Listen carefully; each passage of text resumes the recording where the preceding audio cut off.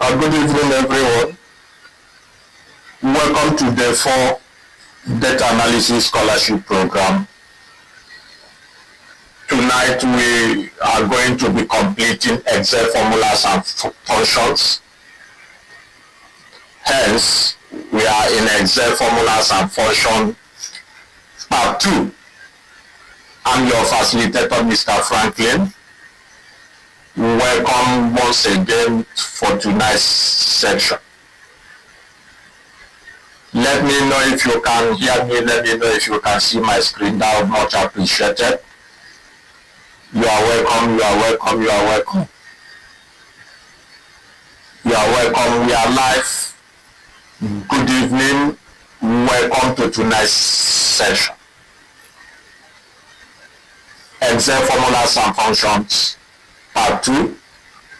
Tonight we will be looking at into the logical functions, conditional functions. We are going to be considering the lookups and the rest as regards to where we stopped yesterday. I remain your facilitator, Mr. Frankie. Alright, Amina, you are welcome. Amina, you are welcome. Double comedy, you are welcome. Let's go to the group and tag everyone as quickly as possible. Tag as many as we can in the scholarship group. Let them know we are live tonight. Praise, I can see you. You are welcome. Vic ID, you are welcome. I can see every one of us. Let's quickly, please go to the scholarship group and inform everyone we are live as possible, as quick as possible. Let's thank everyone. We are not going to be wasting time this night. Let's do that within a minute. And also, if you are joining, let's hit the like button on this live session and also share the link to others. Let's do that ASAP. Let's do that ASAP. Balogu Zena, you are welcome. Good to have us. Tag as many as possible in the group. Let them know we are live. I'm going to be starting this session once we hit 8:35 on my watch. Let's tag everyone as quick as possible. Go to the group, the scholarship group. Let everyone know we are live. Fifani, good to have you. Welcome everyone. As soon as 8:35, we are starting ASAP, and we are going to be moving as fast as possible and see how much we can cover this night. Good evening, everyone. Tonight, Excel formulas and functions for data analysis is what we are looking into. We are going to delve deeper into other functions as regards to Excel data analysis. Folabi Sherif, you are welcome. Alright, is right there 8:35 on my watch, and let's quickly get to Microsoft Excel.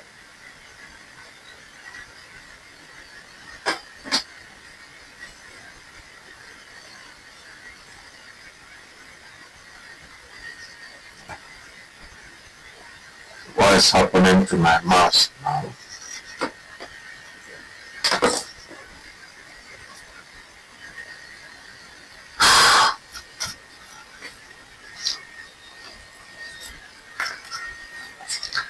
Just give me a minute. I don't know what's wrong with my mouse.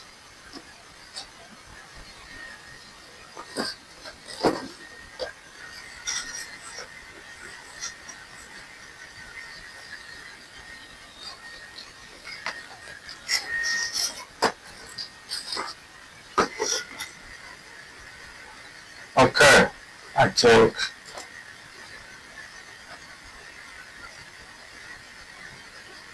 alright, we are on. Let me know what is right there on your screen. Let me know what you can see right there on your screen. Let me know. Also confirm my audibility before we proceed tonight. confirm my audibility and also confirm what is before you. What can you see right there on your screen? Can someone help confirm what you can see right there on your screen? Let's do that, let's do that, let's do that. Tonight I'm going to be a bit fast. Jennifer, you are welcome. Sunday, you are welcome. Good to have us. Can someone confirm what you can see right there on your screen? Kindly confirm what you can see right there on your screen. Can we confirm that? Drop in the chats what can you see right now? What can you see? Atinola, you are welcome. What can you see right now? Someone confirm, please. I'm waiting. I'm in the chat. Let me see let me know that all of us are on the same page. What is before you on your screen? Let's do that so that I will know, so that I know that we are all on the same page. So that I know we are all on the same page. What's on your screen? Someone said I'm audible. You are audible, sir. Thank you. What's on your screen? Confirm. Let's know. Confirm what you are seeing right now, so that I know we are all on the same page. Beautiful. I can see the if statement sheet. All right. Beautiful. Good to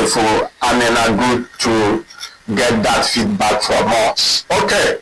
Yesterday we stopped at the logical functions. Yesterday we stopped at the logical functions, and when we talk about logical functions, we are referring to a condition, a criteria whereby you call it logical conditions, where we have a criteria for us to assess our data sets.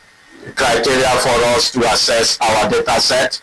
Here we have give discount, no discount, and what at you. And yesterday I said that if statement is used to check whether a certain condition is met. We use each if statement to check whether a certain condition is met. If that condition is not met, then we ask Excel to give us something else. If the condition is met, then also give us something else.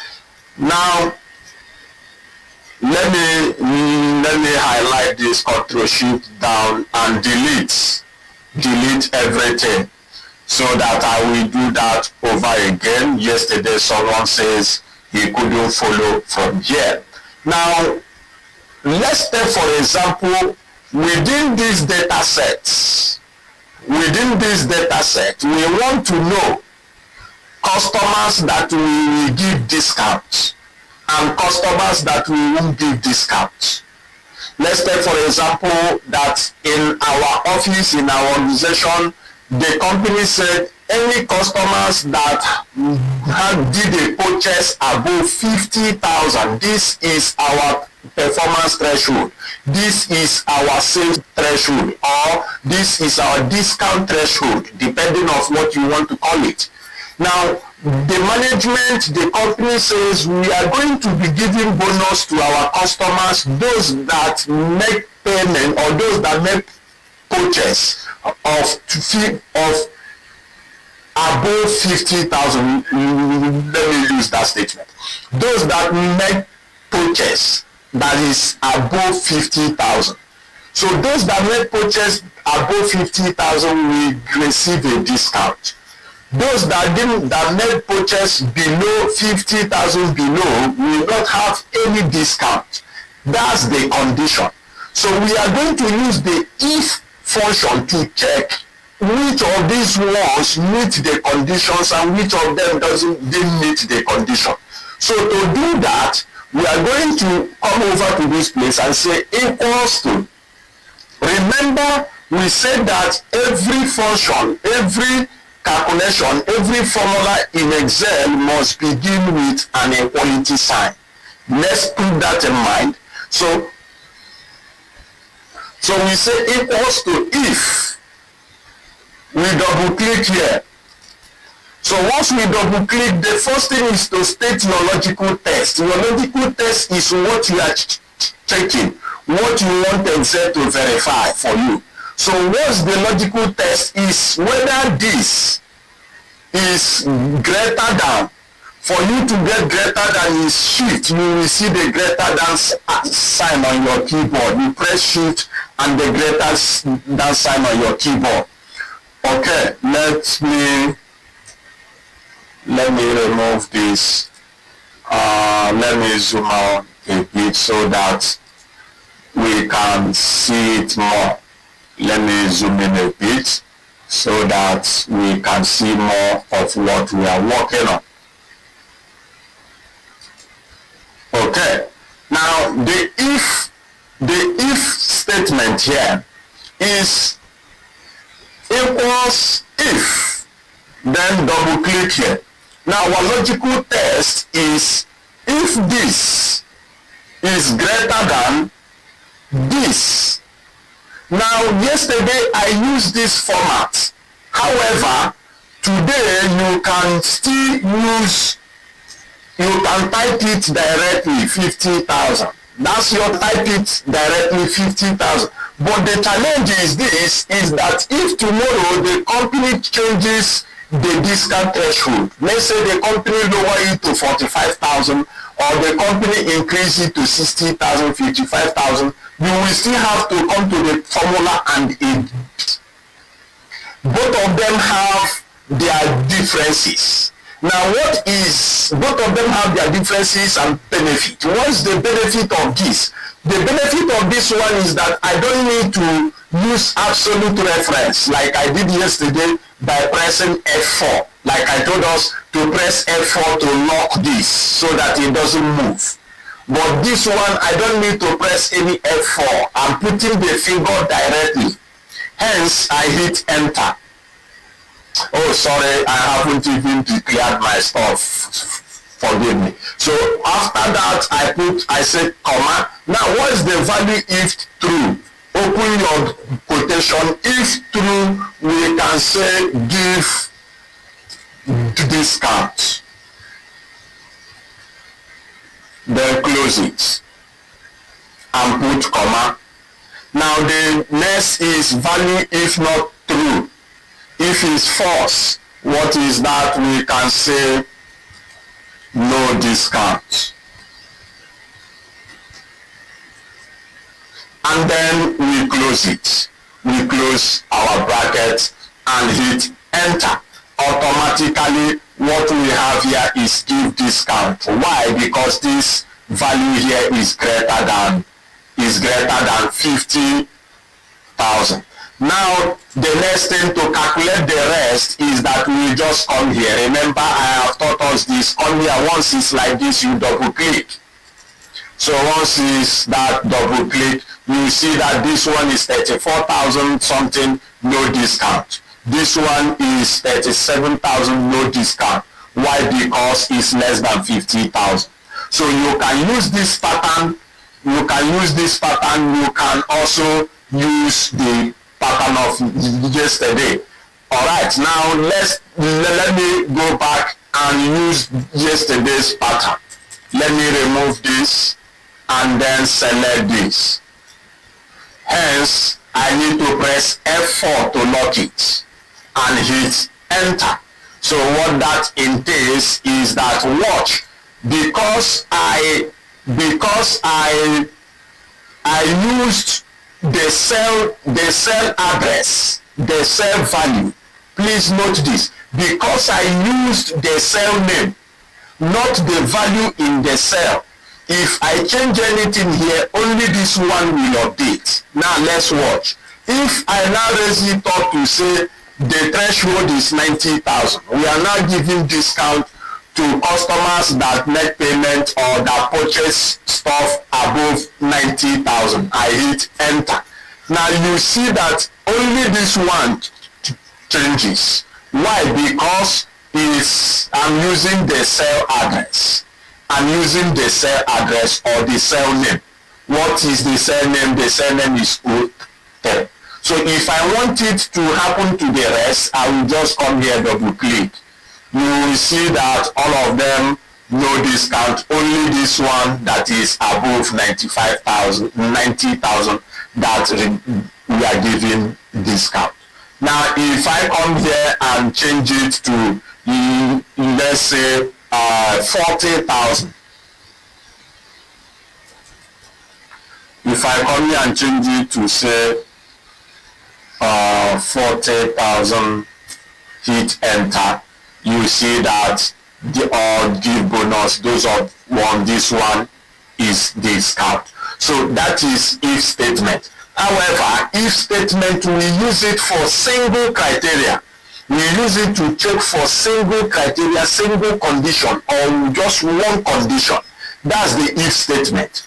Then the next is the ifs. Ifs, more like plural, more like something, more like is plural. Here we are checking for more than one conditions, more than one criteria. Here we are basing it only on 40,000. But for the ifs, is we now have that we want to group our customers based on the revenue generated from them. That's the amount of purchase. We want to group them, and we say, okay, those that make purchase from 80,000 above under will be diamond. So those persons, we have a specific package. Those who meet 50,000 above, we also have gold for a specific package that is meant for gold, and then silver and bronze. Those that didn't make anything up to 15,000, nothing for them. To do that, if the manager or our owner say, okay, run this analysis, find out those we are going to, those with gold, those diamond, silver, bronze, and those that doesn't have anything. What you need to use is the ifs. You use the ifs function, and to do that, we are going to be writing more than one condition, more than one criteria. Hence, let me highlight this and delete. Let me delete that. Okay. Now, to do that, I will say equals to if, instead of selecting it, I will select this one, double click. What's the logical test 1? Now, why is saying logical test 1? Because it expects that we are dealing with at least 2 conditions, at least 2 criteria. So the logical test 1 is if this,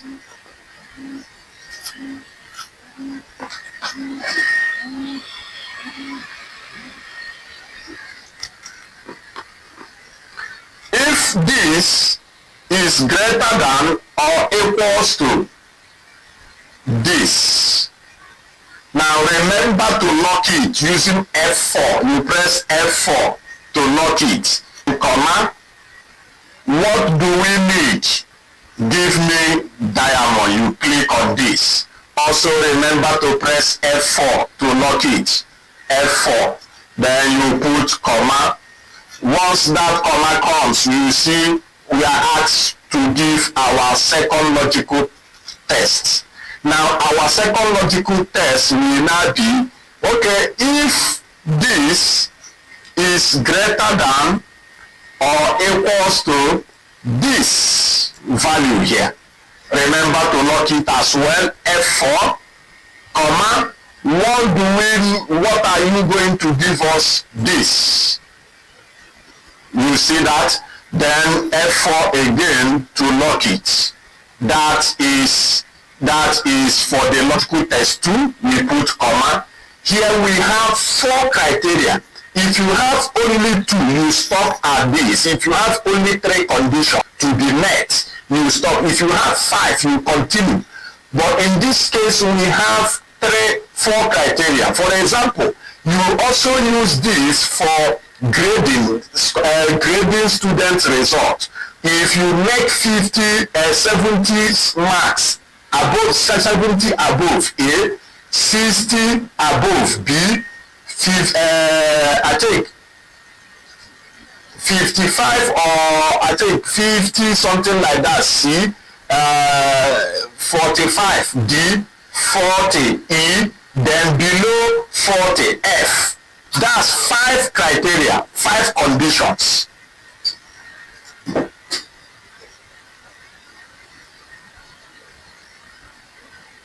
That's 5 conditions.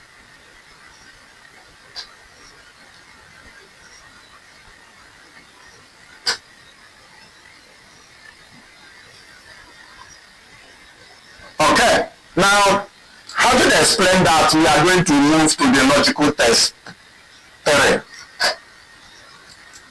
So we say if this is greater than or equals to this, remember to lock it with F4 so that it don't move when we drag it down.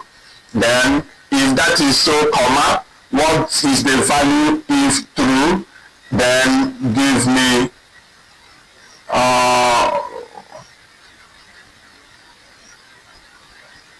okay, give me this. Give me this. Remember to lock it with F4. And that reminds me, the last, when I put comma, it will ask me the logical test 4. But that reminds me, I said yesterday that when you are using ifs only returns the value when it's true. You don't use ifs to check if the value is false. When the value is false, it will give you error. It will return an error message. Ifs only gives when the value is true. That's why when you are looking at this, you are seeing value if true, value if false. Is the if statement that gives us both sides, when it's true and when it's false. But using ifs is always when it's true.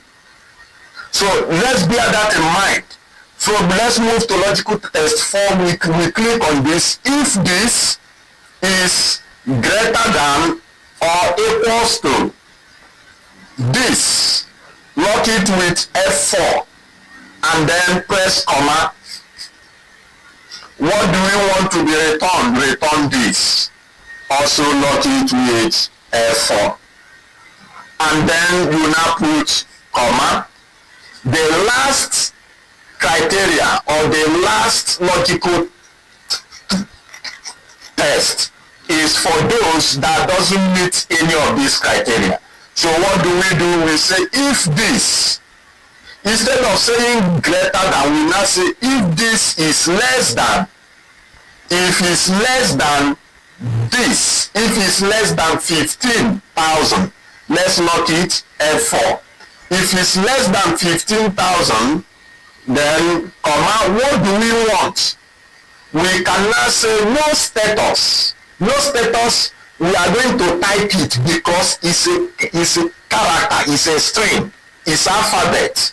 So anything that is alphabet and we are declaring it in our Excel functions and what have you, is we are going to put it under quotation. So I open my quotation and then type no status and then close it. I want us to take a few seconds to look at this function that is before us now. Look at it. The first says if the amount is off now, the amount is gone. If the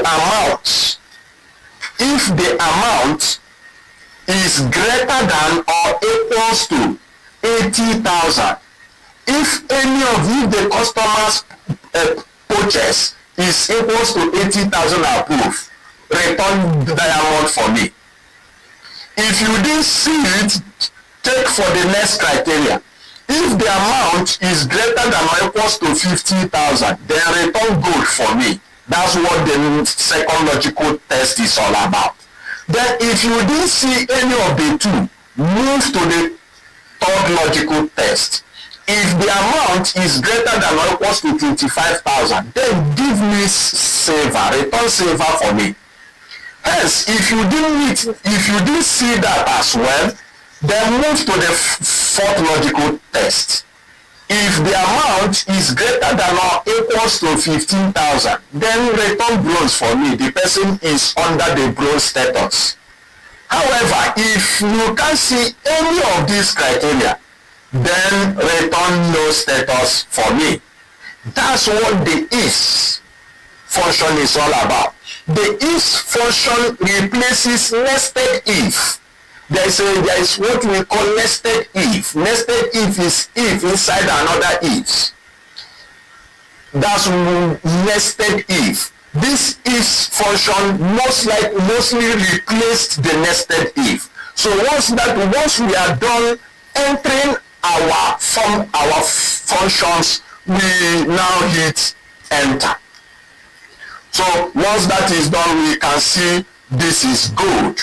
That we can see is good. Why? Because when you look at this is less than 80,000 but greater than 50, so it falls under the good range. Now if I double click this down, you see that this is gold, diamond, silver, gold, diamond, silver. This why?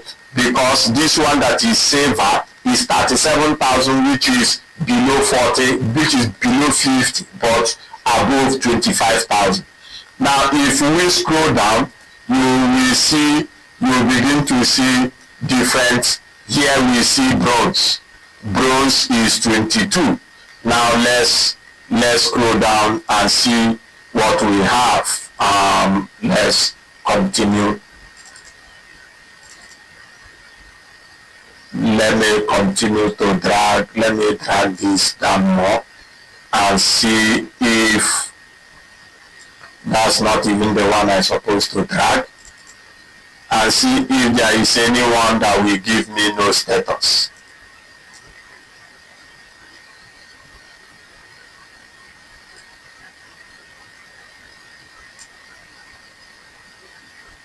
I'm checking if there is anyone that is below 15,000.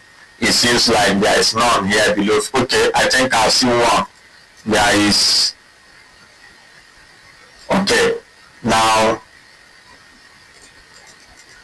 okay, this is no status, and when you look at this no status here, you see that is less than 15,000. The no status you see is less than 15,000, and that is how we use the effects or the ifs. Now, having talked about that, let's move to and or. And or, it might not make sense to you, but this comes handy when we combine it with other functions. And or is also a logical function. And or returns either true or false. It returns either true or false. Hence, for and function to return true, both arguments, both statements, all the statement, all the arguments must be true. That's the AND function.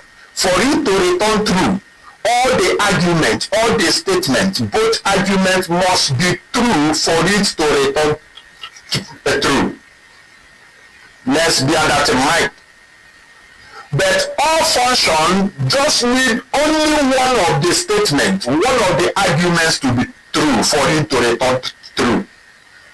If, for example, I said you are in data analysis class right now, or you are staying in Abuja. If you are not even staying in Abuja, but you are attending data analysis class now, that statement is correct. But if I say you are attending data analysis class now and you are in Abuja, if you are not in Abuja but you are still attending data analysis class, that statement is not correct. The fact that I use the word and, both statements must be true. So in Excel, for us to do that, we can now say equals and, that comes up here, double click here. What's the logical one? Let's take, for example, I said in and under this, the logical one, this equals let me open this and say good and close it. Say comma, that's the first logic. And then I say this equals, put parentheses here and type code and close it. Then close my parentheses and hit enter. Automatically gives me false. Why did it return false? Now I need to explain to us. This one is true. 07 is equals to gold. But this one is not equals to crow. Is equals to Watson. Now what that entails, what that simply means is that for this statement is not true. Hence, for it to be for it to return to true, I can now come here and put the Watson. So once I hit enter, you see the statement becomes true. Hence, just note that it's not case sensitive. It's not case sensitive. That's why I write this like this and then decide to write this one all in small letter for you to know that it's not case sensitive. Okay, that's for the AND function. Then the OR function, if now let me remove this so that it returns true. Now if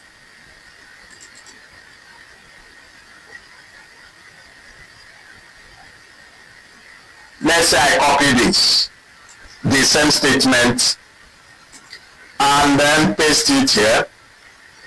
Let me come over to this place. I want to be fast. These are some short stuff you can do, and put my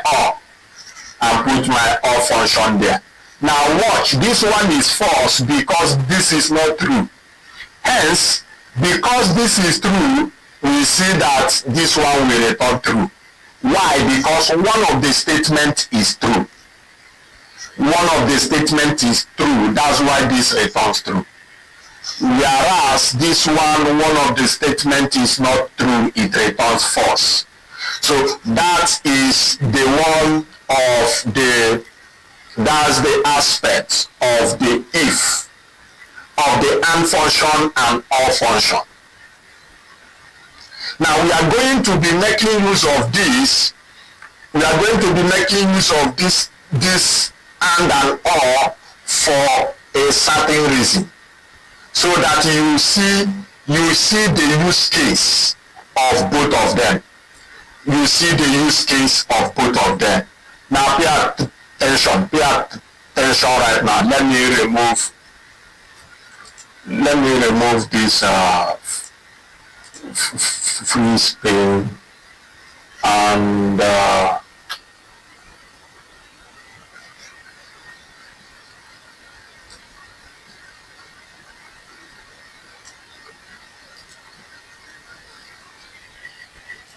okay, there is something I want to do now. There is something I want to do now so that I have space. Now you notice what happened.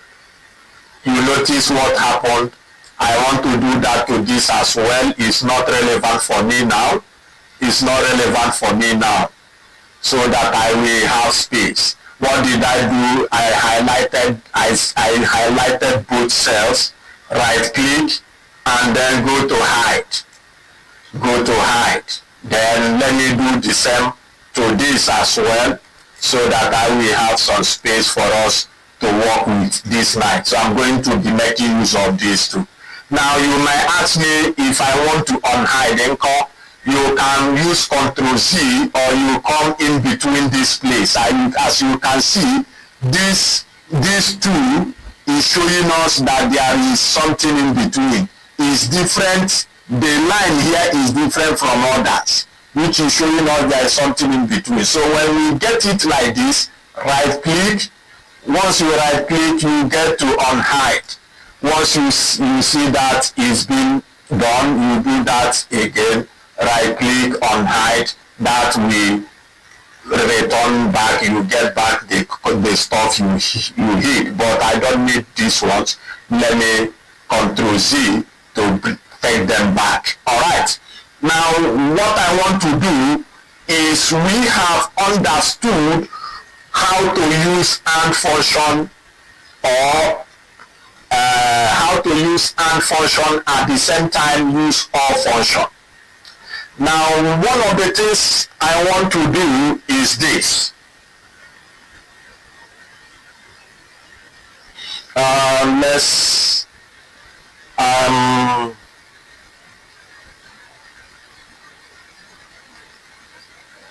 Let me check if what I want to do can be done here.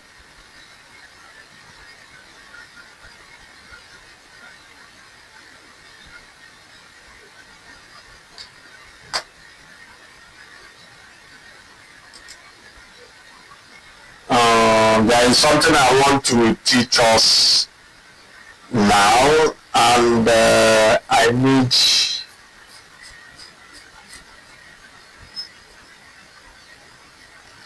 okay, let me use this.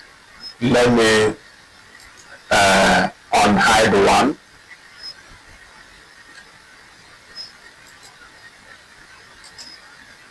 Okay, now I will hide this one. All right, now let's say this is amount and this is the profit generated. For example, let me remove this and put profits. Please follow me, there is something I want to show us. Now let's say this person, we bought the amount this person bought, this is the profit we generated. This person bought so amount, we made this profit, this and that, and so on and so forth. Now let's take for example, please go with me. The company has two conditions that must be met. The company has two conditions that must be met for the customers to be given discount or to be given bonus. For example, if you are yet to hit the like button on this live session, I will encourage you to do that right away. Go on and hit the like button and like this section, much appreciated. Okay, now let's take for example, the criteria is this: those that bought something of, let's say something of 50,000 and above. 50,000, let's say 70,000. Those that make purchase of 70,000 and above, and not just making purchase of 70,000 above, we have to make a profit of 2,000, at least a minimum profit of 2,000 from that purchase. That's now two conditions. In other words, if the person meets this condition and did not meet this, the person is not qualified for any discount, for any bonus, for any promo offer. If the person meets this and did not meet this, the person doesn't qualify. So what that means is that both of these conditions must be met for the customer to be given discount. Hence, we are going to be combining two functions, which is what we call in Excel nested function. Nested function. I think I'm a bit slow. I'm going to be a bit faster now. Nested function. And to do that, we are going to say equals if. Double click. Here we are giving bonus. We want to give bonus. That's the logical test. That's one. But for the person to get that bonus, the person must meet two criteria. It's different from one, we are giving bonus, but the person has to meet one condition. Here, for you to be in diamond, you need to meet one condition. For you to be in gold, you need to meet one condition as well. But here, for you to get discount, you need to meet two conditions. For example, it can work for 3, but here let's make use of 2. So what do we do in this case? Instead of going straight to use if, inside here we put and, because the 2 conditions must be met. However, if the company says if the person bought something above 70,000 above, or we made a profit of 2,000 from the person, then let's give discount. Then you use the or inside here. But if the company says both statement must be met, you use and. I guess that is clear enough. So double click here. What do we do now? We say the first logical is this. If this is greater than or equals to this, let's lock it with F4. Then comma. The second logical test or logic is if the profit is greater than, we want to give discount. You put comma, open it. If it's not true, then no discount. Close it. Close it. That's on that, then close the bracket. This is what we have. We call this nested function. That's to say function inside another function. We did that yesterday when we handled the test function, while we had the trim and the concat function inside each other. So this is what we refer function inside each other. So this is what we refer to as nested function. This is if function, and function is inside the if function. So the exam will first perform this operation. It will first perform this operation. If this operation is true, then it will give us this reply. If it's not true, it will give us this reply. Hence, we hit enter. So this person deserves discount. Let's drag it down. We see that that's no discount, no discount. Let's check the argument. Here, no discount, no discount. Let's check the argument. Here, this person didn't meet any of the criteria. But here, this person met this, but didn't meet this. Here is 85,000, which is above 70,000, but here is 1,009, which is below 2,000. Here, this person needs 89,000 is 84,000 and meet the profit margin, so we give discount. That is what we call nested function, making use of the and or function inside the if function. So we use this and or functions in line with other functions to get extra insights on our data set. Extra insight in our data set, and that is clear. Let's move straight to, let's go to the SUMIFS.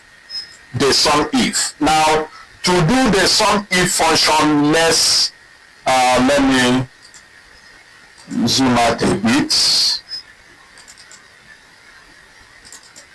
Now, to do the SUMIFS function, let me bring out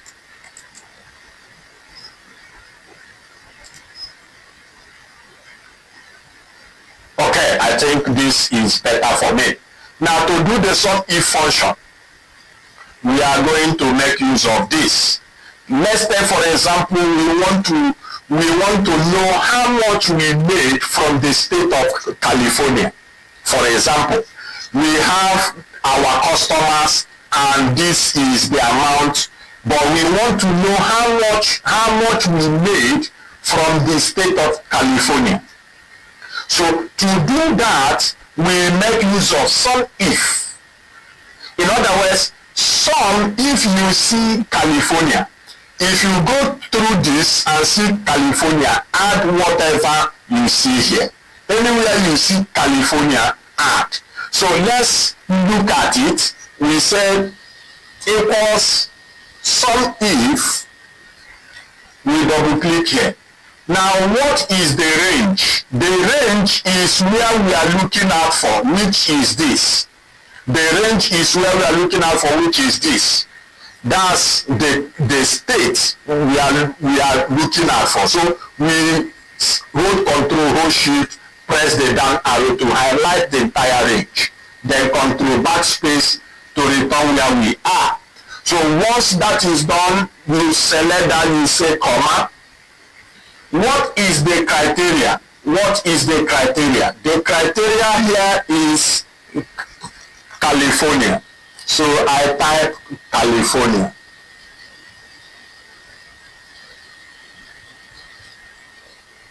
And close it. That's the criteria. Then put comma. What's the sum range? What you are saying to Excel is says run a search on this state range, on this state column. Find California. Anywhere you find California, add this for me. Add them up for me. That's what, anywhere you see California, add them up for me. So you come here, click, hold Control, hold Shift, press the down arrow, Control backspace. Why I'm explaining this in details, for us to understand what we are doing, the concept of what we are doing. That's why I'm explaining this in details. I'm not saying, okay, do this, you click, that's some if. I'm explaining the brain or the reason behind it in as exercises, so that we understand the internal working of what we are doing. So once that is done, close the bracket and then hit enter. So automatically from the state of California, we have this amount.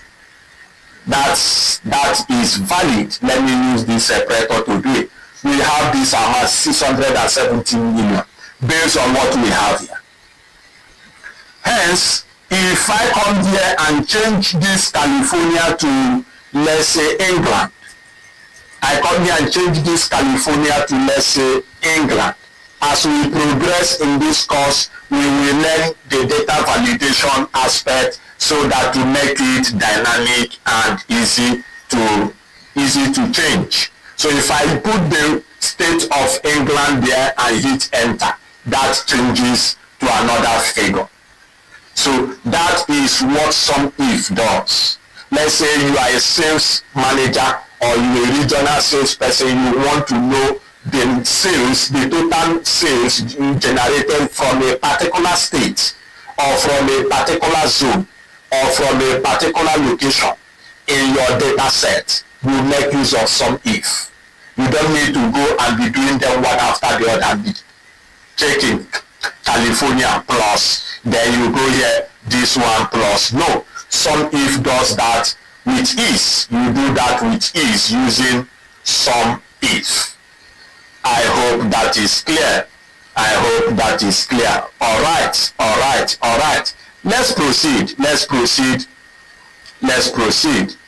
Let me bring up another one. All right. Beautiful. Now we have California, and then we have the country.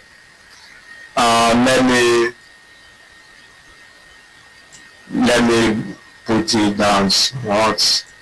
We have California, we have country. That's where we can talk about the SUMIFS.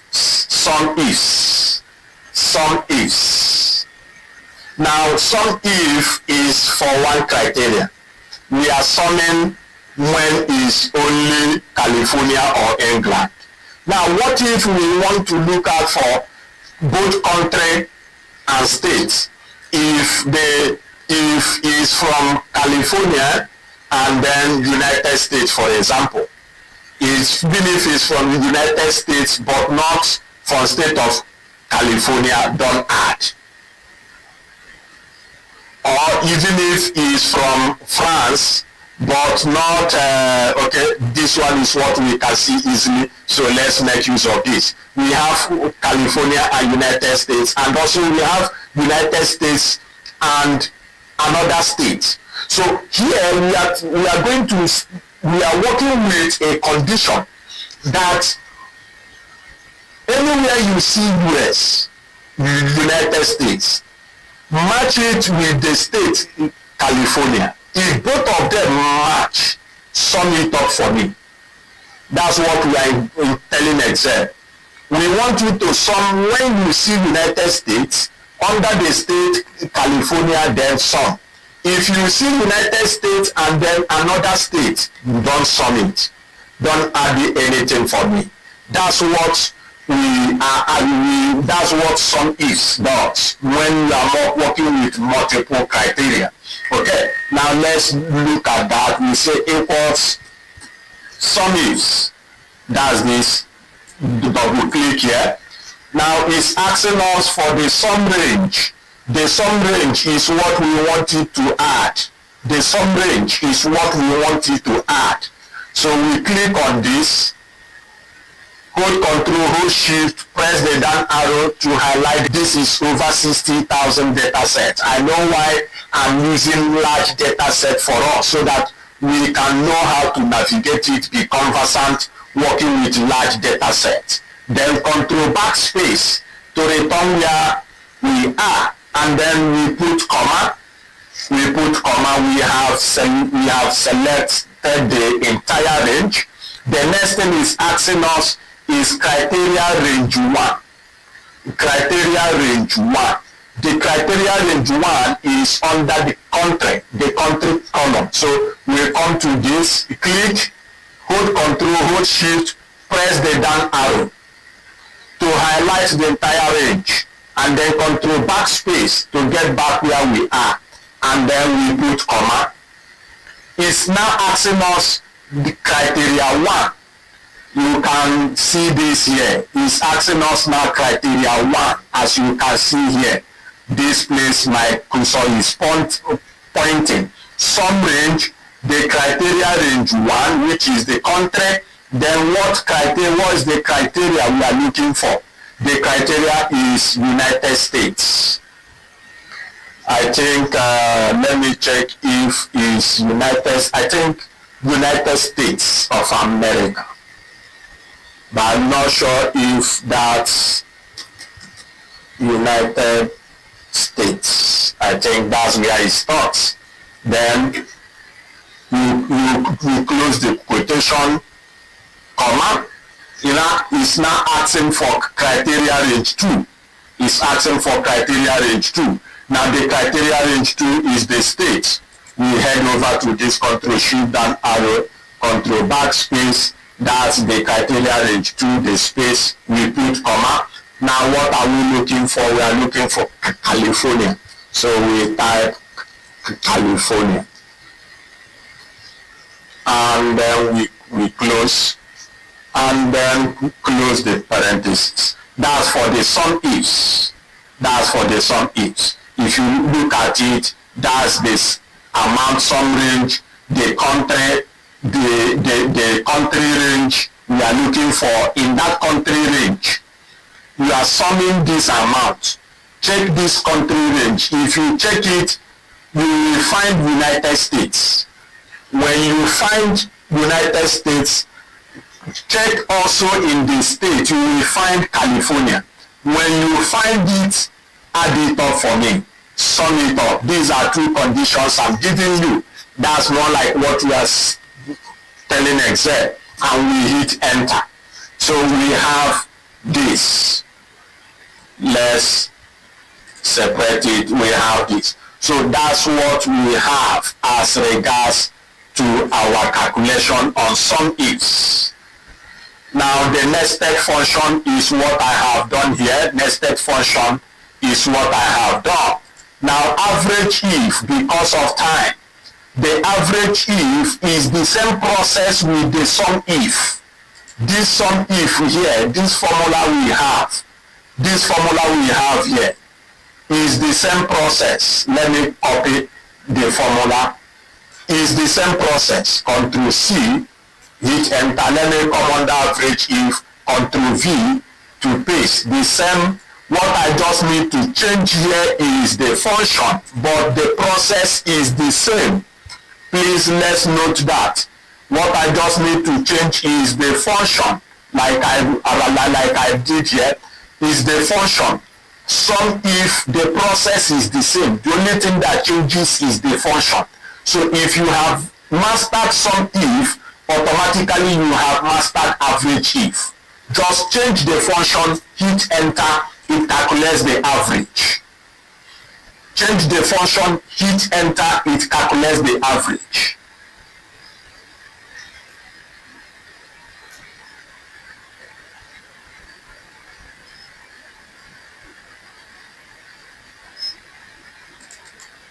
Like you can see, like I said earlier, change the function and just hit enter. Once you have mastered SUMIFS, the same process with average if. Change the function, hit enter. So that's what we have as our result. Also the same as SUMIFS. Let me double click this, copy this one here, copy this, Ctrl C, enter, come over to this place, Ctrl V. The only thing I'm going to change here as well is to change the function to average ifs. That's it here. Double click on it. That's all. That's what I need to change. And then I hit enter. It calculates it for me.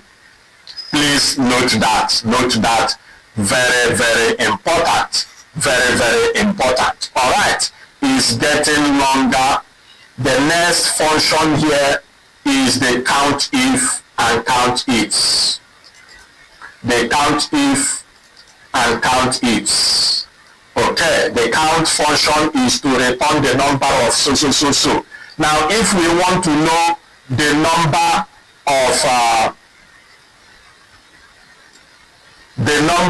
of California in this state here, please permit me to do the COUNTIF under this place so that we can be able to see what we are working with.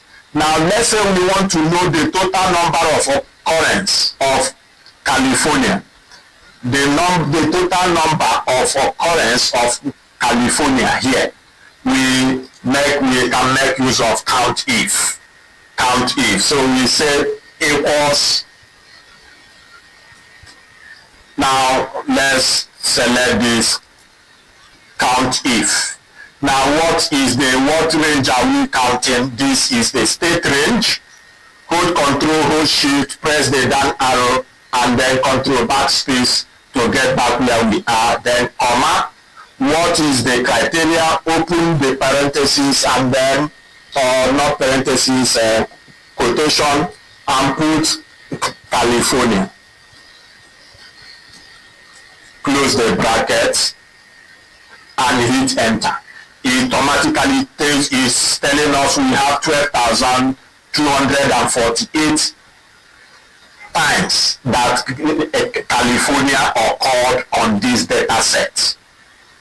That's what it's telling us, that on this data set, California as a state appeared 12,248. So if I change it to Oregon, then to know that I hit enter. It's telling me it's 2,876. That is for the COUNTIF. That's for the COUNTIF function. What we have here is for the COUNTIF function. So the COUNTIFs, like the name implies, is for multiple criteria as well. So we say equals the count, double click here. Now the criteria range 1 is this. Let's look at it. Control Shift down, Control backspace, comma. What's the criteria? Let's say the criteria is, let's say Oregon. For example, close it and then put comma. What is the criteria range 2? Let's say the country, and then backspace, comma. what are we looking at for in the criteria 2? Let's say United States. Close it, hit enter. It brings this. It gives us this. So some persons will say why this and this is the same, because this, there is no, how will I put it now? Okay, now for you to see that is correct, if I change this Oregon to say France, and hit enter, it gives me 0. It gives me 0, because even though you can see Oregon here, there is no match.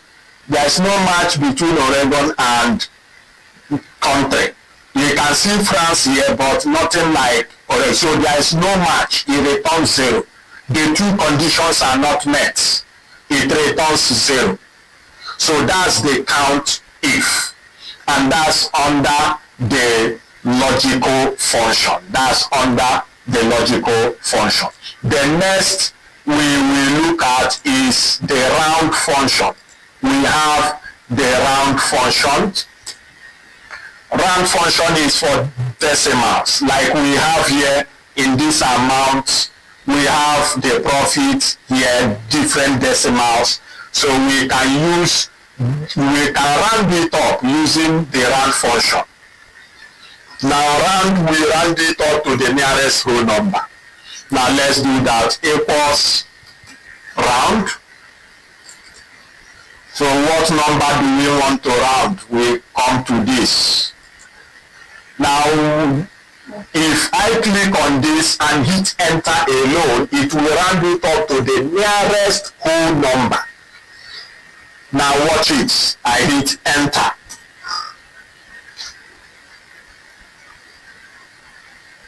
Okay, sorry, number of digits.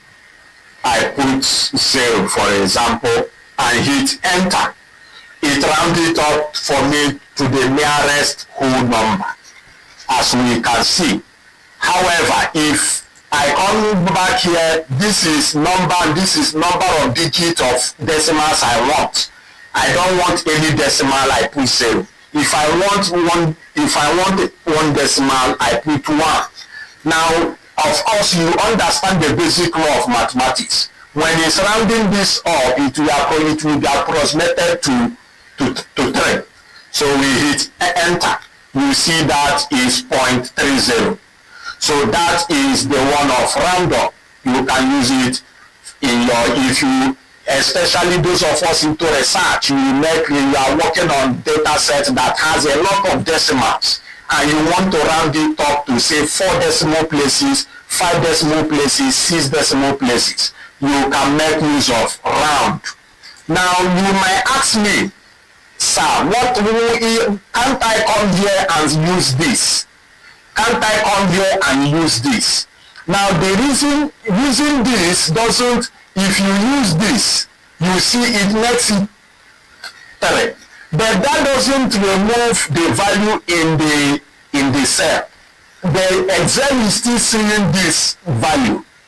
Excel is still seeing this as the value. Even though you are using this to reduce the decimal places. This just reduces it as per regarding to the interface when person are reading it, when person is seeing it. So this doesn't play a role in rounding up values. So to round up, we use the function to round up. Alright. Now round up is also, is to round it up as the name implies. We type round here, double click round up. We select this and then comma, what digits we can say, let's say 2. We want to round it up to 2, or let's say 1 is already 2. We want to round it up to 2 and hit enter. It gives us the same value. Now let's look at the one of round down.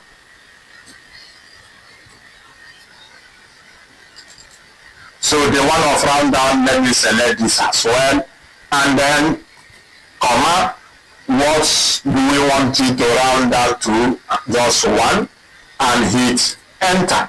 We see that instead of rounding it up, it takes it down to the next lesser, which is, instead of making it to go to 3, it becomes 2.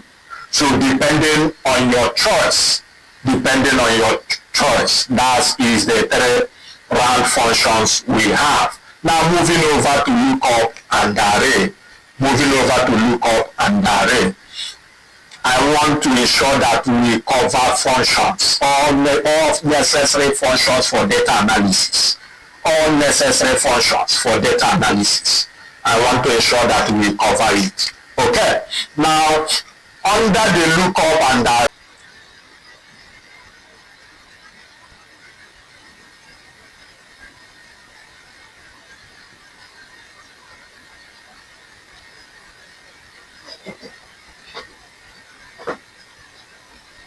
please, can you hear me? Confirm if you can hear me, please. I think we are back.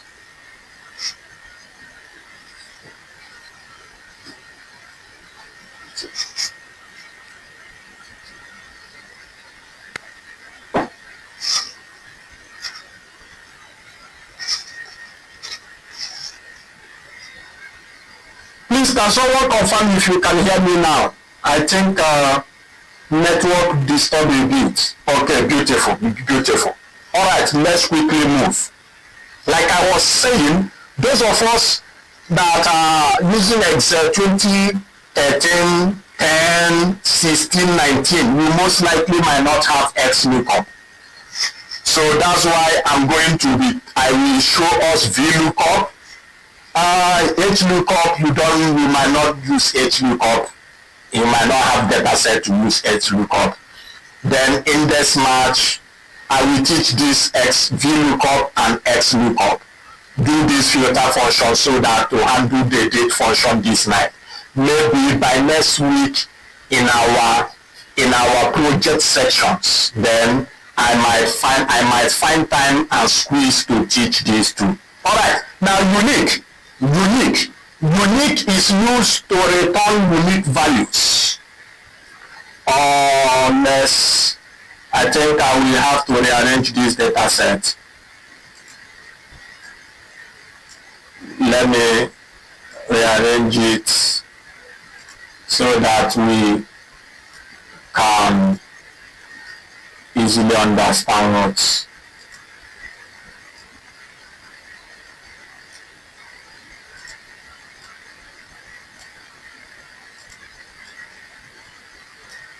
Okay, now I'm talking about unique right now. Now what unique does is, for example, we have states that repeat each other, or we have manufacturers that repeat each other. And let's say you want the list of your manufacturers. From this data set. You want to know the list of your manufacturers. This more than 5,000. So to know the list of manufacturers, they repeated itself with there are repetitions here. However, you needed to just get the exact list of your manufacturers. So what do? You use the unique function. Now what is the unique here? You say equals. Now I need to state this. If you are using Office 2019, you will not see this. Office 2019 downward, you will not see this. So if you are working with me here and you are using Microsoft Office 2019 downward, you will not see this option called unique. So from 2021 upward, you will see it. So double click here, and then it will access the array. This is the array. We want to find our manufacturers. You select, hit Control, Shift down arrow, Control backspace to return back. So we hit enter. Automatically it gives us a total list of our manufacturers. Here are manufacturers, the list of our manufacturers. It brings the list. Here are different entries for each of them, but here we want to know how many manufacturers we have in that data set, and from here we can count it. That's unique.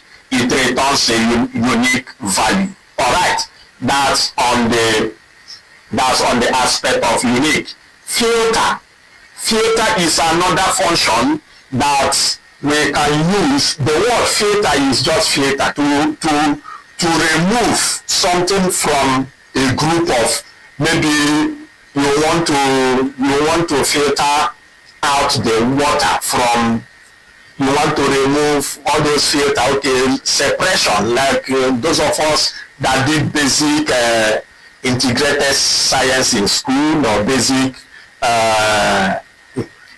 chemistry, separation techniques to separate something from the other. That's same as filter. So here, but in this case, the traditional filter is one. Maybe you click here, come to this place. This the traditional filter. Some of us know.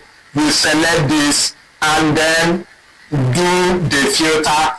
Click on the filter button now displays.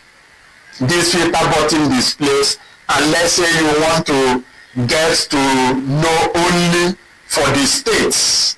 You want to say, or the region, you want to take only, say, the northern region, then we unselect this and select the north and hit enter.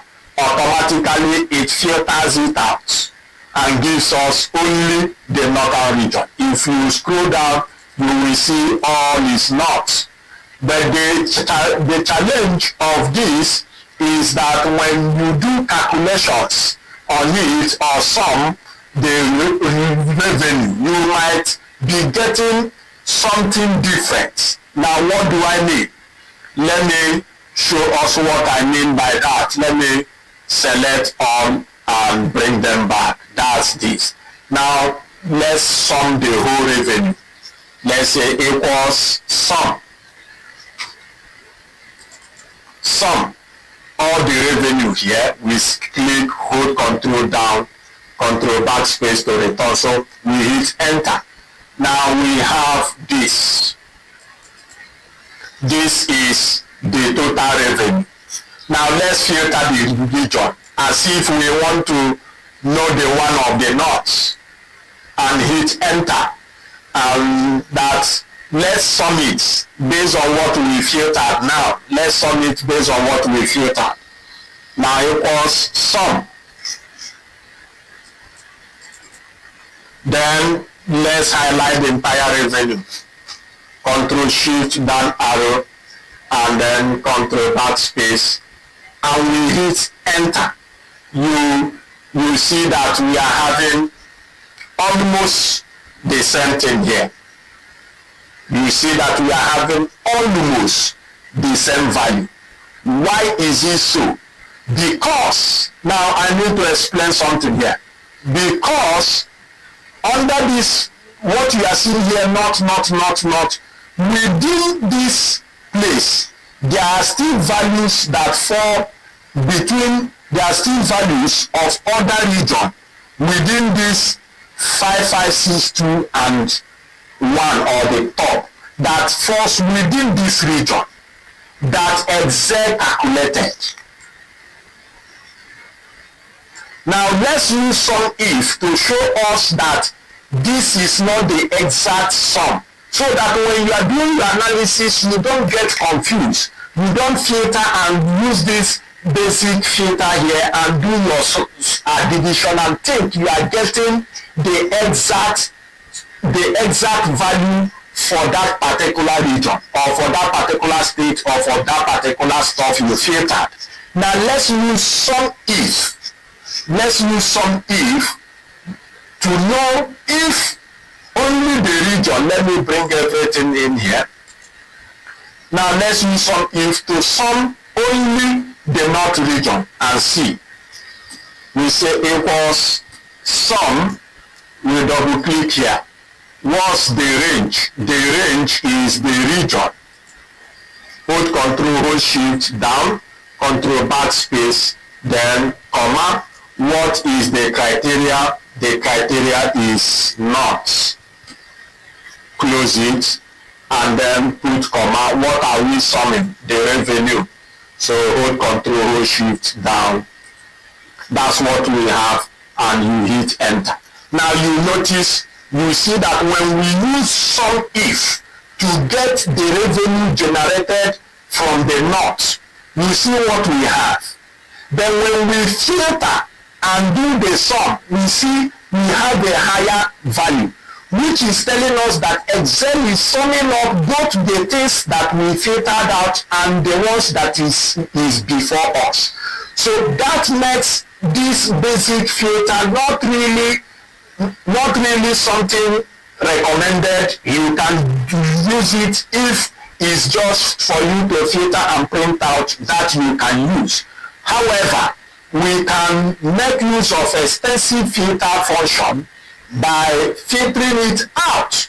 And one of the drawback of this is that our original data set is still here. When we filter it, is still on top here. However, if we want to maintain our original data set and then have the filter S at this point, we can do that. And how do we do that? We make use of the filter function. Now let's do that. We say equals filter. Now you see this comes up, double click on it. What is the array? Now the array is the number of columns you want to display. The number of columns you want to display. Now let's say I want to display only from revenue to category.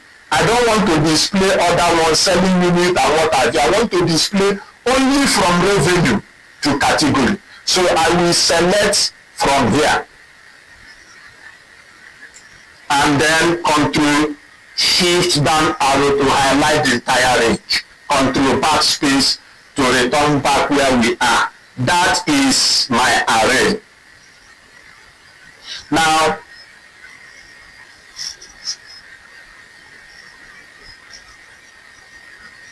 comma. Now in this array, what am I including? I want to filter only NOTs. So I type here NOTs. Now value if empty. I don't have any empty stuff, so I close it and hit enter.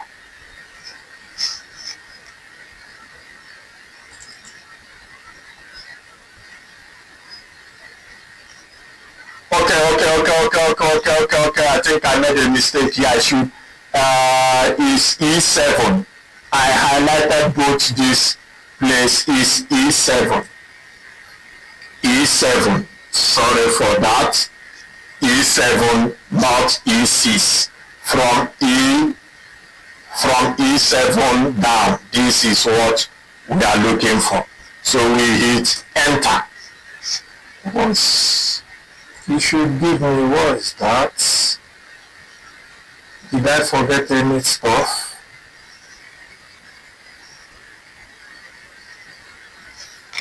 Did I forget any stuff?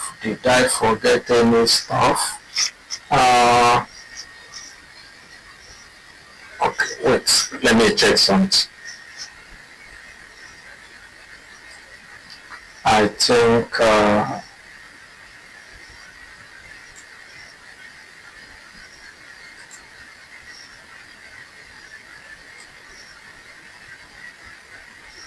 let me say A7. Wait, I think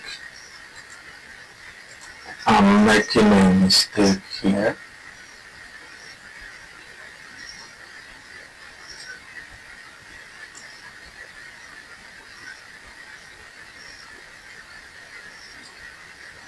Yeah, I think A7 hit enter. What's happening?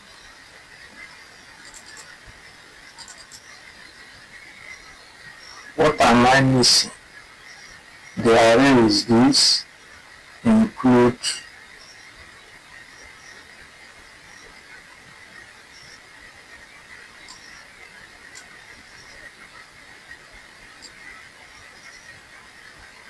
Yes.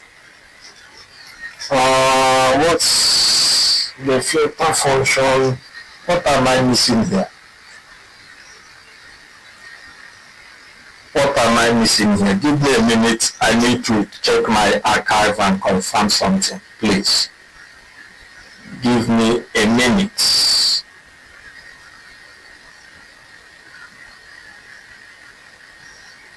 It has been long I used that filter function. Just give me a minute. I need to confirm that.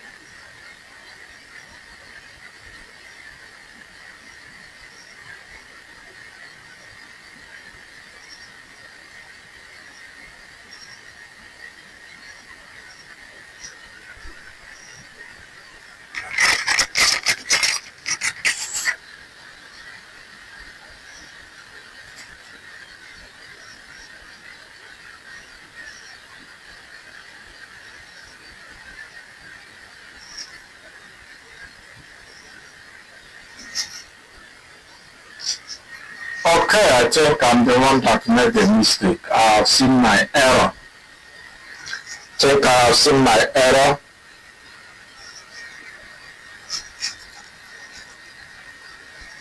The mistake is from me, not from Excel. So just note that Excel is programmed. It can't be wrong. The mistake, if there is any error, most likely will be from us. So this error is from me. I think so. I forgot.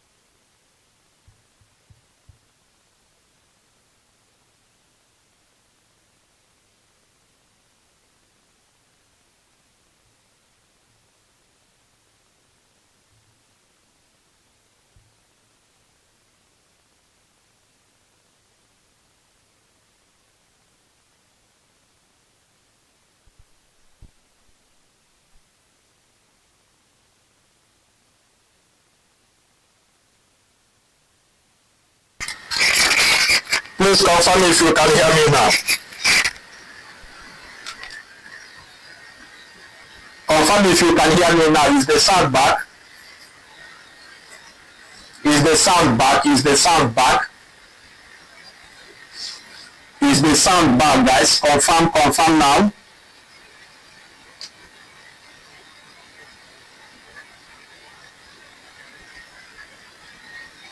And let me know where you stop hearing me so that I can explain again. Let me know where you stop hearing me so that I run the explanation again. Let's do that. This function is very, very important in it. Once I'm able to complete it, then other things will be going smoothly. Let me know where you're able to hear me.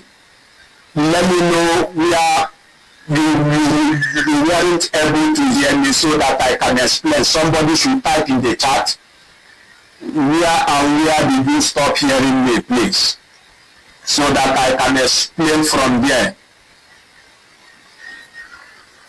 Or should I proceed?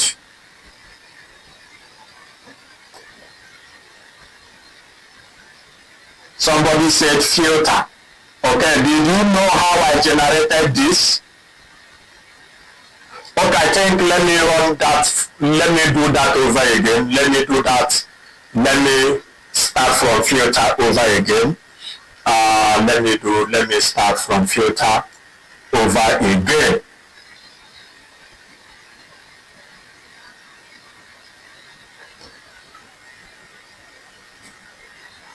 Okay.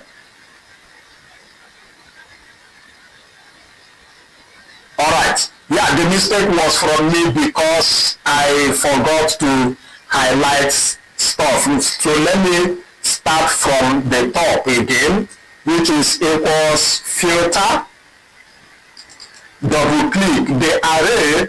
I want to, like I said, I want to start from revenue. So I will click here, Control Shift forward arrow to highlight this, Control Shift down arrow to highlight this entire range, Control backspace to get back, then comma. What am I including? I'm including the range of region. So I click here, say Control Shift down arrow, Control backspace to return. So I'm telling Excel, I need you to filter from revenue down to this. However, what I want you to filter is under region.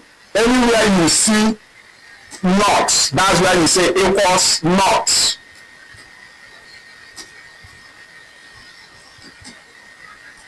Now, anywhere you see not, filter it out with the rest. That's what we are telling Excel. So with this, once I hit enter, we see that it filters from revenue to not, revenue to category, all of them from the not. From not, you can see it. So everything there is not. So that's what filter does. And with filter, I said, if we now say, okay, let's do the math again, let's do the math. Remember when we filtered here using the normal basic filter function here, we did the sum and we get inaccurate result. We didn't get the accurate result. However, when we filter, let's do the sum again and see what we will have. We will now say equals sum, double click here, then Control Shift down, backspace. We are calculating the sum for revenues generated from the north. So we hit enter. We see that the same answer is the same answer we got when we do SUMIFS. So this is another advantage of using filter function. This is another advantage of using filter function, because you can filter your data separately and at the same time do other analysis. You can do your lookup, you can do SUMIFS, you can do other analysis based on the data from NOT. Let's say you want to analyze only from this data set now. You want to analyze the data from NOT. After you analyze the one from East region, South region, West region, you can filter the NOT separate and then analyze it. You can get your total sales, you can get your average sales, you can get the total number of items sold, different stuff you can analyze from here. You can get the chart of the states in the north. You can plot the charts of the states in the north. So with that, filter functions helps us effectively. However, I will drop a video in the group on filter functions. You see some more use cases of filter functions as regards to this. Other use cases are more advanced use cases of filter functions. Okay, due to our time, let's move to sort. Sort is the same. It's not really how will I do this? I want to maintain what we have here. Okay, how will I do this now? What will I? Okay, it seems like I will delete this.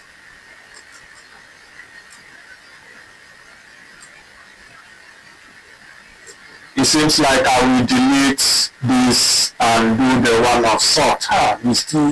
We are still far. Let me delete this. Now for sort, we say equals sort. Now,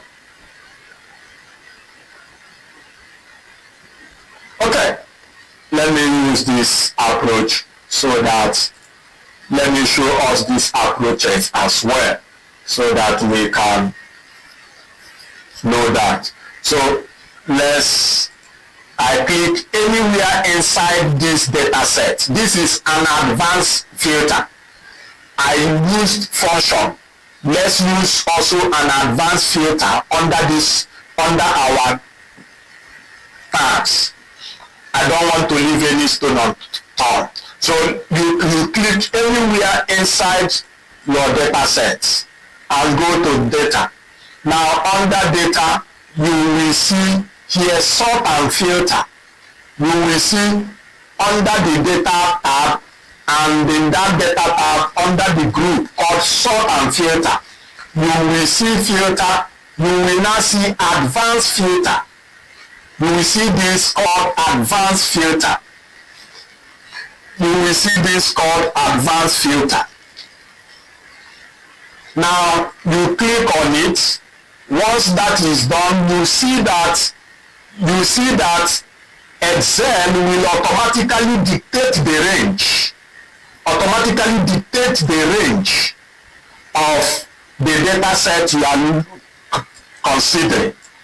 Now he said filter the list in place. That's if you want to filter it right in place of this data set. However, we select copy. We say copy to another location. Now under that, what's the criteria range?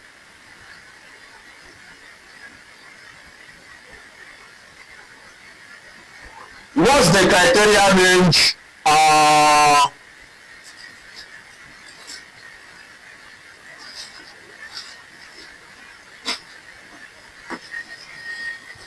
Type NOT, copy to.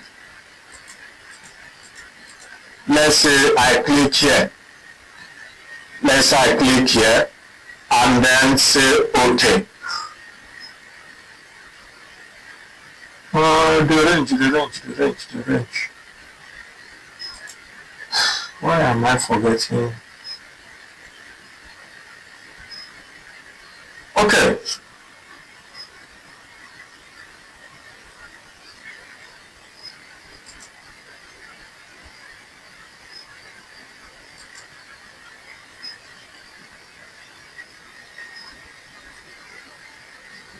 am I forgetting this aspect? I think it's been long.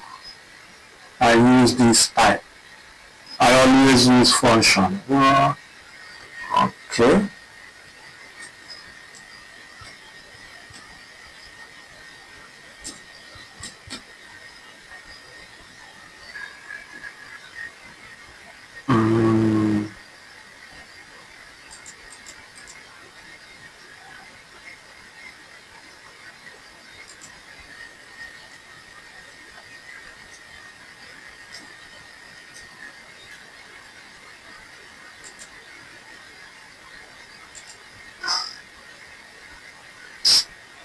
I've forgotten this.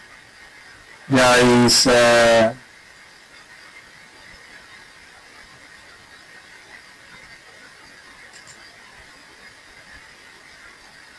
I've forgotten this. I will check. This, there is another. I will check. I've forgotten this. I usually use the functions to do my work. When I need it, I will check. But I don't use this. I thought I will easily remember it. What's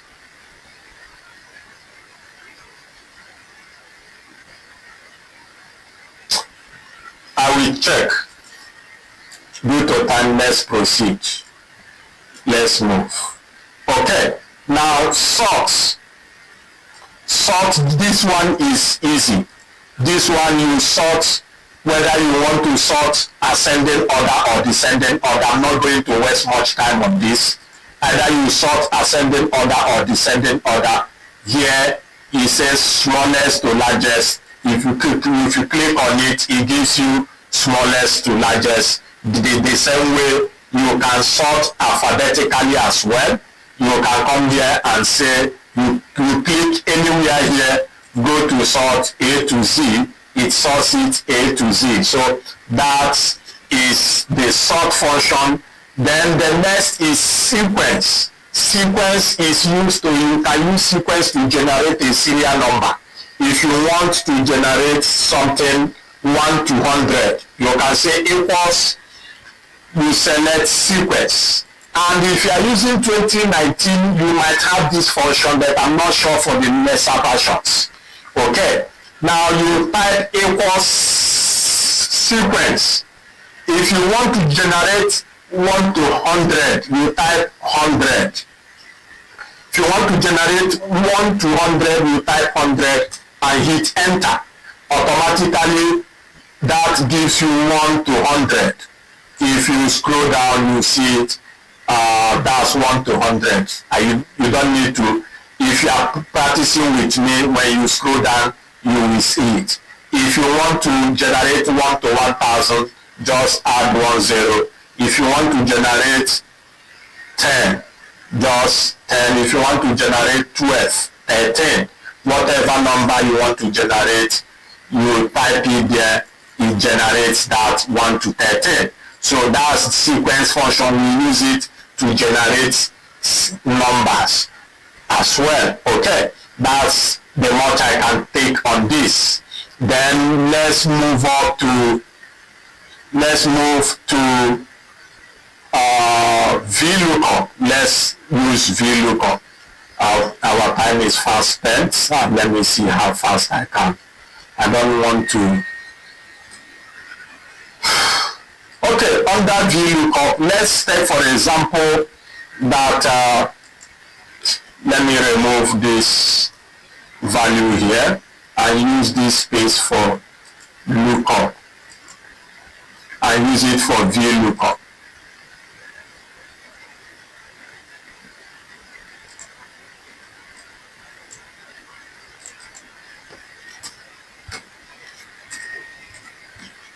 Okay. Now let's take for example, I want to know the states that give the highest. I want to know the states at which we got the highest revenue. Let's say all this, we want to know the states that we generate that has highest revenue, let me put it that way.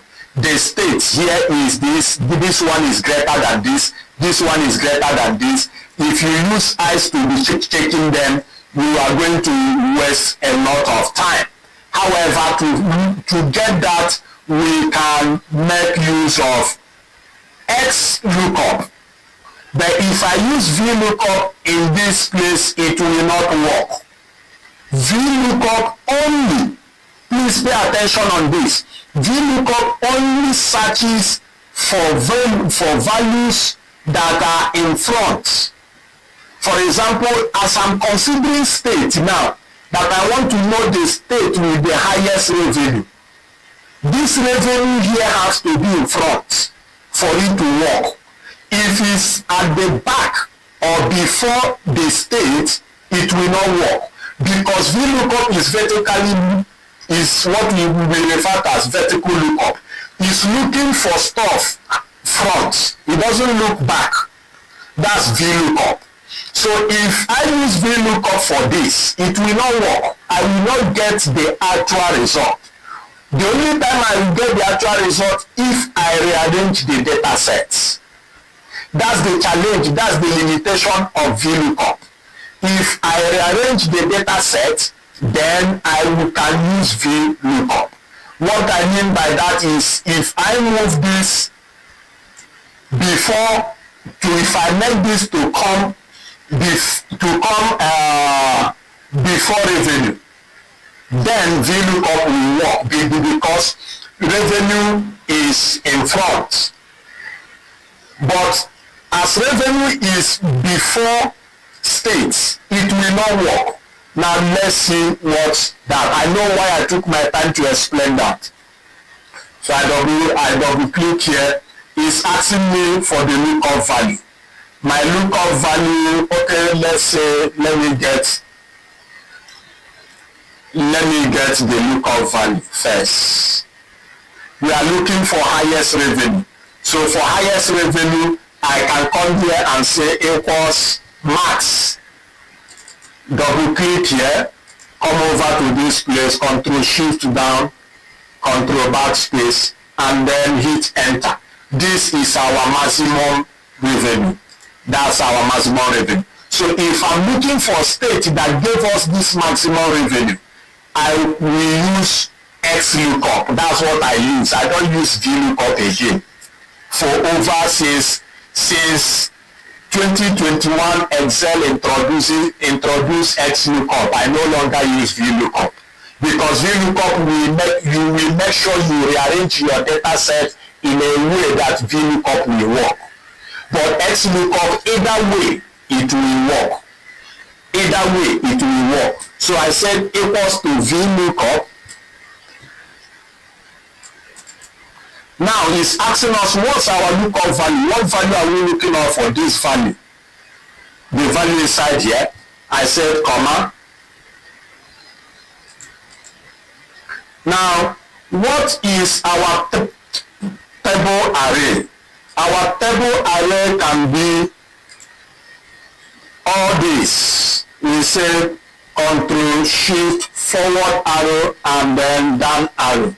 That's our table array. We can take that to be our table array. Then we say comma. Then it's asking us column index. The column index is you counting 1, 2, 3, 4, 5, 6. The column index where you will find that stuff, this is it's 6. I put the number 6. Now that's the lookup range. I put comma. Then what is the lookup range? Approximate match, false match, exact match. We need exact match. You can put 0. I think exact match is, take exact match is 1 or 0 like that. I can't remember on that. So here, either you put it or you don't put it, there is no challenge. There is no challenge. Then I think that's all. you close your parentheses. However, this one is optional. This particular falls through, either you put 1 or you put 0. 1 is exact match, 0 is, okay, 0 is exact match. Yes, let me check again. Okay, now in logic, 1 is true, 0 is false. So in logic, 1 is true, 0 is false. So we can put 0 here to represent the false match, exact match rather. And then we hit enter. Automatically it gives us error. It will not work. It gives us error. That's what it gives us error. Now let's rearrange the data set and see that again.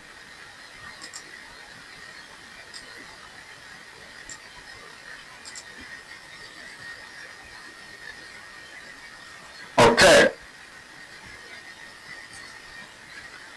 Now I want to rearrange this data set. Let me move this to this place.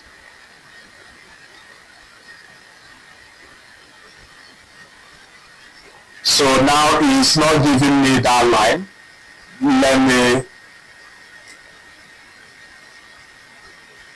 Now it's giving me that line. Remember what we did yesterday. It's now giving me the line I will release. Automatically it brings my revenue in front here. So I can now use my VLOOKUP.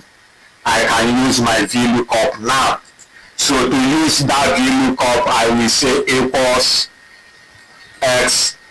I always like SLOOKUP is what I'm always using. So VLOOKUP. Now what's the lookup value is this, comma, what's our table array? Our table array starts from, our table array will start from this. So we say Control Shift forward down, Control backspace, comma, what's the column index? What's the column index? What we are looking up for? What's the column index? We count 1, 2, 3, 4, 5, 6, and we put 6. Hence, like I said, right here you can hit enter. This one lookup value, this one is optional. This one is optional. If you hit enter here, you are going to get a result, and Excel will automatically assume exact match. Excel will automatically assume exact match. Hence we hit enter. What happened there? Is it 1, 2, 3, 4, 5, 6?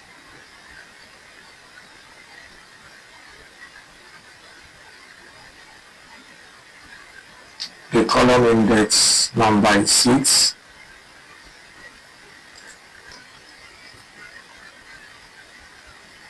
Zero. What happened?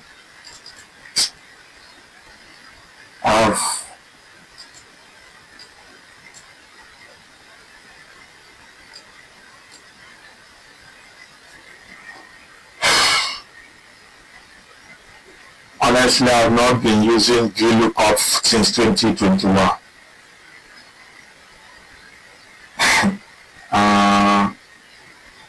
Yes, this is the lookup value. This is the table array. The column index. Let me check.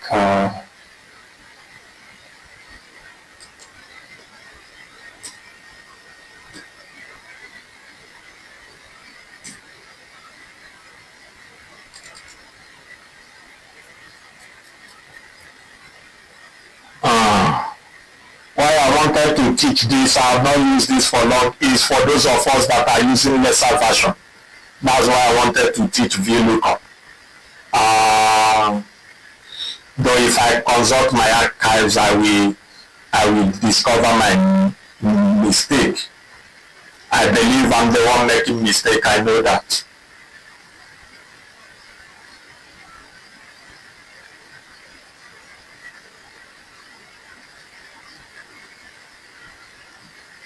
Okay.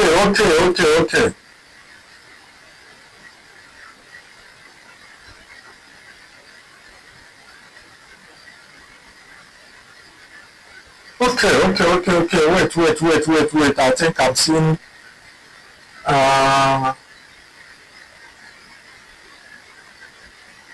Okay.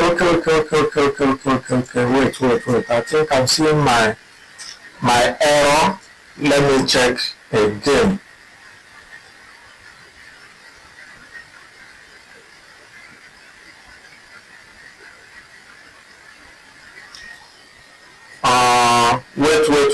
Wait. I think I'm seeing my error.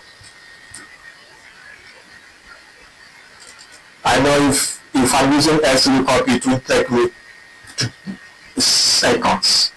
Then the table array, let's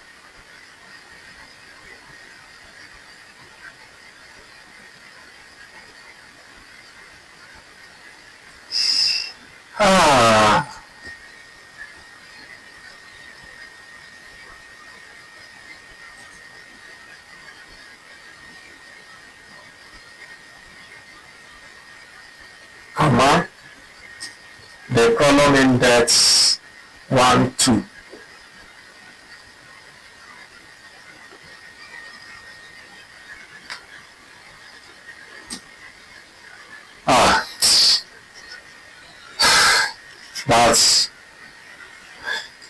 That's the challenge I have with VLOOKUP. If it's XLOOKUP, I will get it so fast. Now the mistake I made was, this is what I'm actually looking to return. This is what I'm actually looking for. I was working with revenue. Revenue is the lookup value under this. If you look out for revenue here, find it and return this for me. That's what it is. So our data set was okay. The revenue is before the state, so the state is in front. That's what we want to get. Assuming we are looking for Kanu, how much generated from Kanu, for example, then this is not correct. But when we are looking for value, which is revenue, and the state is in front, we count. Remember, our table array started from here. So revenue is this. Then we count 1, 2. We are looking for the state. We put 3. Now, if we want to check for region, we can now make the column index to be 3. We hit enter. The region is not. So that's for VLOOKUP. But XLOOKUP, we don't care about these things. All these column index and all that, we don't care about it. Now, see the beauty of it. We say equals XLOOKUP. We double click here. Now, what's the lookup value is this. We put comma. What is the lookup array? Now, lookup array is this value. Where am I going to look for this value? Is under revenue. So you click on it, Control Shift down, select only revenue. You don't need to highlight the entire range. Then once you do that, you put comma. So if I find this here, what do you want me to return? Where do you want me to return? You go to region. You go to states. If we are looking for the state, Control Shift down arrow, Control backspace. That's all. That's why SLOOKUP, that's what I use always. So if I hit enter, it gives me the result. This one, I use it often for my analysis, for any data I'm working on as regards to finding out insights. So that's for the aspect of XLOOKUP. That's the aspect of XLOOKUP. That's what I use whenever it has to look for something. This XLOOKUP has replaced VLOOKUP. All these challenges you have, you don't need, you are not required, it's not necessary. Now, another use case of XLOOKUP is that it can return multiple values. What that is that if I need to return the maximum, if I need to return both the north region and the states, I can use XLOOKUP to do that, not to calculate them one after the other, as VLOOKUP is. But in XLOOKUP, I can do that. So when I use that, I say equals XLOOKUP. What's the lookup value? This, comma. What's the lookup array? The revenue. Control Shift down, Control backspace, then comma. What's the return array? Now here I want you to return both state and the region. So what I will do is that I highlight the two and then hold Shift, hold down, and press down arrow to highlight the entire range, Control backspace to return. Now if not found, here I'm sure it will be found, but if the value is not found, for example, now you can put comma here. If not found, you can put here what it will return. Instead of an error, you can say not available, for example. You can put here not available and then you close up, hit enter. Hence, you see automatically it brings both of the results, this from Kano and the North region. Now let's change this. Let's change our results. Let's change our results. Let me copy it. Copy and then just paste as value. Now is here now as value, not as a formula again. Now let me add 10 to it and hit enter. Now automatically you see it brings up what I gave it, not available. But this one gave me an error sign. So if I don't want it to display this error sign in my data set, I can give it an instruction that if you couldn't find it, return something like this for me. So to handle this challenge, the error problem, that is one of the use cases also of XLOOKUP. That's one of the use cases of XLOOKUP. We have already gone beyond 8:33 this night. I believe by next week, Tuesday, we should be able to finish up this and then handle the projects. Why I'm focusing so much on the functions is because other things we will be doing as regards to some financial analysis and what have you in Excel, in data, functions are very, very important. So you need to master these functions and use them. That's why I take my time to start from the basic math functions, move to the test functions. We have talked about the logical functions and the conditional functions. We have talked about the lookup and the array functions, the filter, the sort, the sequence. And then we have talked about the VLOOKUP and the XLOOKUP, which I will encourage you to use XLOOKUP. Update your Excel. Go and upgrade to at least 2021 so that you will be having access to some newer features in Microsoft Excel. So we have done this. By next week, Tuesday, we will complete this and then move into our real life project.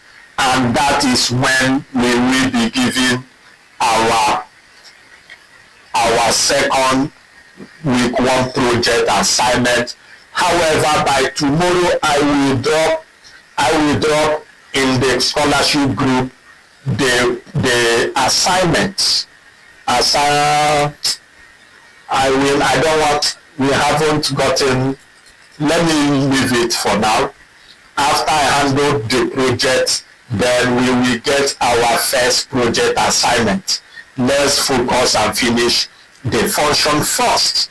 I thought I will be able to finish all these functions, but it's better for us to understand them very well than to rush and finish without getting to understand it properly.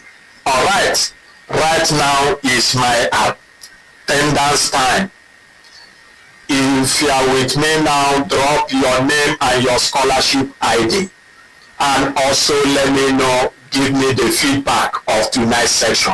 How has been the section tonight?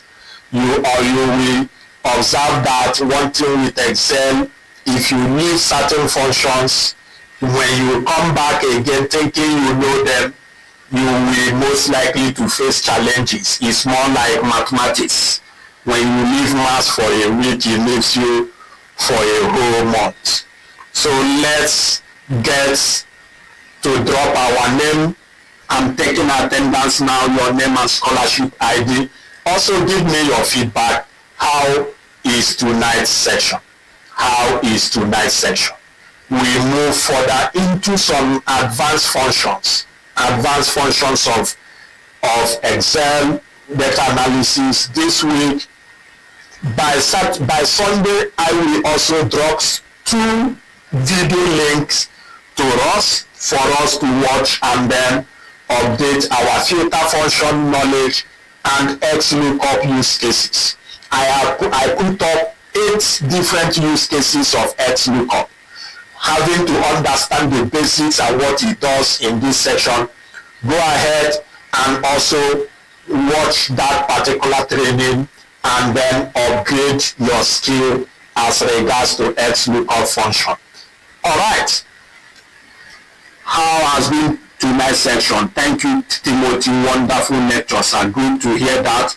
Remember to drop your name, your scholarship ID, that much appreciated, and give me that feedback. Let me get that feedback from us. How has been tonight's section? Next week is another date. We have finished week 1. I thank God for that. We thank God for a successful week 1. Next week we continue. This session is divided into 3 phases. The beginner phase, which we go through first week and second week. The intermediate phase, which we go through 3rd week and 4th week. Then the advanced phase, which we go through the 5th week and the 6th week. All right. Aminasi, thank you so much, sir, for your time. Thank you as well. Thank you. Festus says, awesome. Joseph Kende is getting more tough. But I believe with more practice, we will all get there. Thank you so much. Of course, it's getting more tough. We don't expect for it to be always to be easy. That's why I'm taking my time to be teaching this, to teach these functions, so that we practice them, master them. Let's take over this weekend, practice these functions that I have taught, because after now I will be expecting us to have known the function. So when we start executing real life projects, I will be telling us, remember this function, remember that function. When I will be designing automated data entry forms, I will be expecting us to know the if function when I'm using it, to know the date function and the likes. So it's something we really need to ensure we practice. Tonight's section was really good. With this, I understand that one has to be extra careful when imputing formula. Of course, one need to be extra careful. I have some challenges here, even me, while some of those functions I have not used them for long. Expect the filter, the VLOOKUP. So you need to understand that and then make sure you use your formulas and functions very well. Thanks for your time and effort. Good to hear that from you, Nkechi. Good to hear that, Sam Oyek. I came late, but the little I have showed is Excel simplified. Good to get that from you. Good to get that from you, Oyeka. All right. Remember your scholarship ID. And to wrap it up, I want to appreciate each and every one of us for making it to tonight's section. I want to encourage you. Tomorrow is Saturday. Next tomorrow is Sunday. Use this weekend to practice these functions. Master them. Use them. Generate your own data set. not the one I send in the group. Just generate your own. Download dataset from online source. Search for dataset from online source. Download it. Use it to practice on your own. New dataset. Master them, and you see yourself growing and becoming stronger as you use Excel for your data analysis. All right. This is where we call it a night for us. Good night, and ensure to enjoy the rest of your night. I remain your trainer, Mr. Franklin, saying have a wonderful night rest.